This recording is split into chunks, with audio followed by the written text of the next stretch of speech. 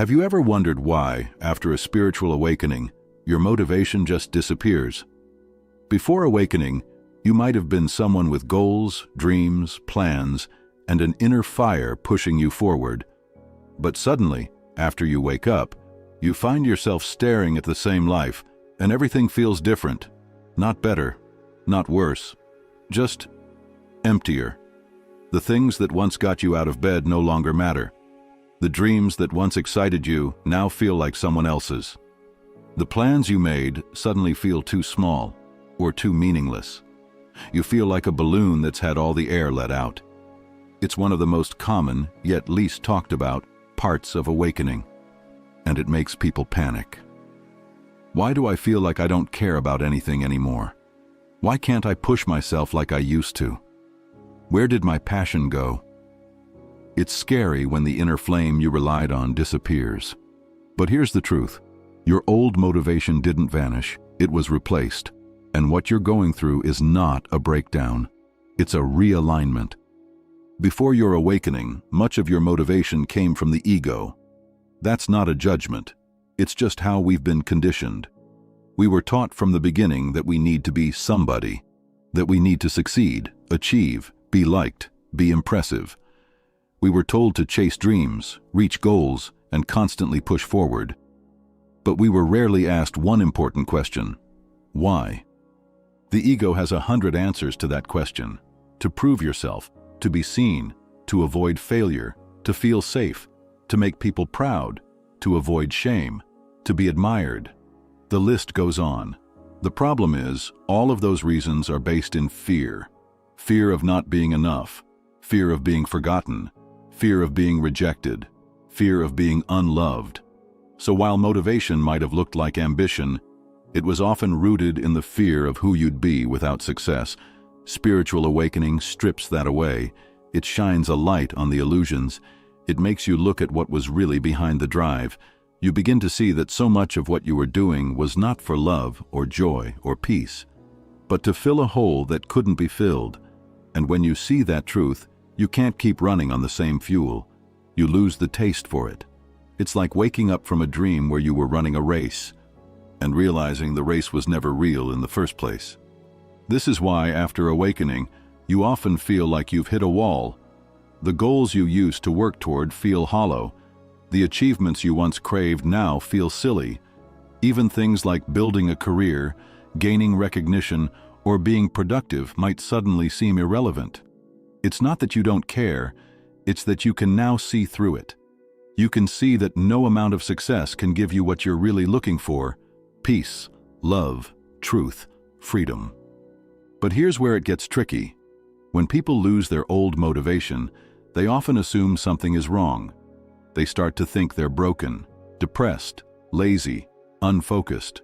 But what's really happening is something sacred. You're in a transition. You're in the space between stories. The identity that was chasing things is dissolving, and what's replacing it isn't ready to speak yet. This space is often called the void. It feels like a dark, quiet, aimless place. You're no longer the person you used to be, but you're not yet sure who you're becoming. It's uncomfortable, it's unfamiliar, and our minds hate unfamiliarity. So we panic, we try to go back, we try to remotivate ourselves the old way. We look for hacks, routines, to-do lists, self-help books. We try to get the engine running again, but the engine is gone, and no amount of pushing will bring it back. Trying to force yourself to be motivated again in the old way is like trying to plug a new system into an outdated power source. It won't work. And here's why. Your old motivation came from separation, from thinking you were incomplete, from believing you had to become more. Awakening reveals that you are already whole, already enough, already divine. And when you truly see that, there's no longer a reason to chase anything. So where does that leave you? If you're not chasing, are you just stuck? Is life just empty now? The emptiness you're feeling is not the absence of life. It's the absence of illusion.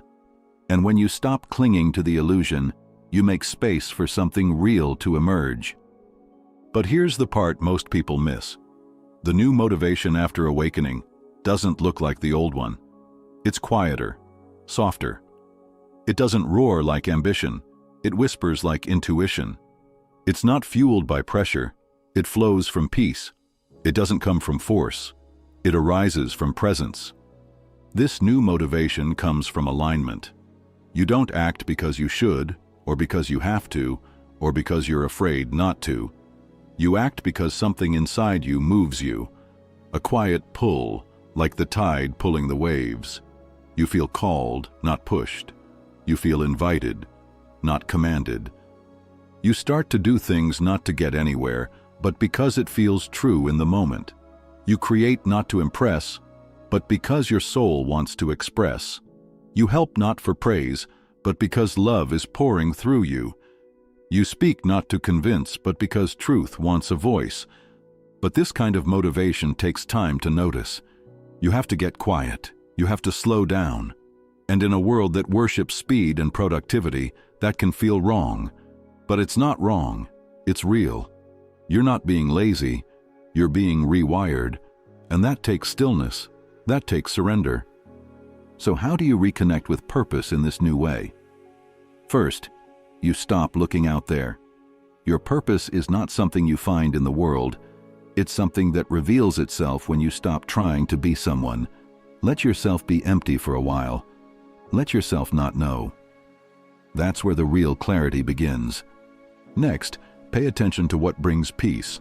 Not excitement, not adrenaline. Peace. What calms your nervous system?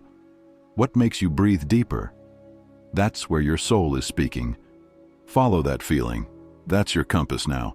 Then get curious, not in a pressure-filled way, just gently. What feels interesting? What feels good? If you weren't trying to be anyone, what would you do today? You might be surprised how simple the answer is. Maybe you'd take a walk, call a friend, write something, sing, create, cook. It doesn't have to be important. It just has to be real and be of service. Again, not in a performative way, not to be a good person, but because giving connects you to life. Helping others without needing anything back reminds you of your wholeness. It shifts your energy from lack to love, and in that love, purpose awakens. Also, stay patient. Awakening is not a straight line. There will be days when you feel deeply connected and days when you feel totally lost. That's okay. It's not about staying in a high vibration all the time. It's about being honest with where you are and letting that be enough. Even the lost days are sacred. Eventually, something beautiful happens.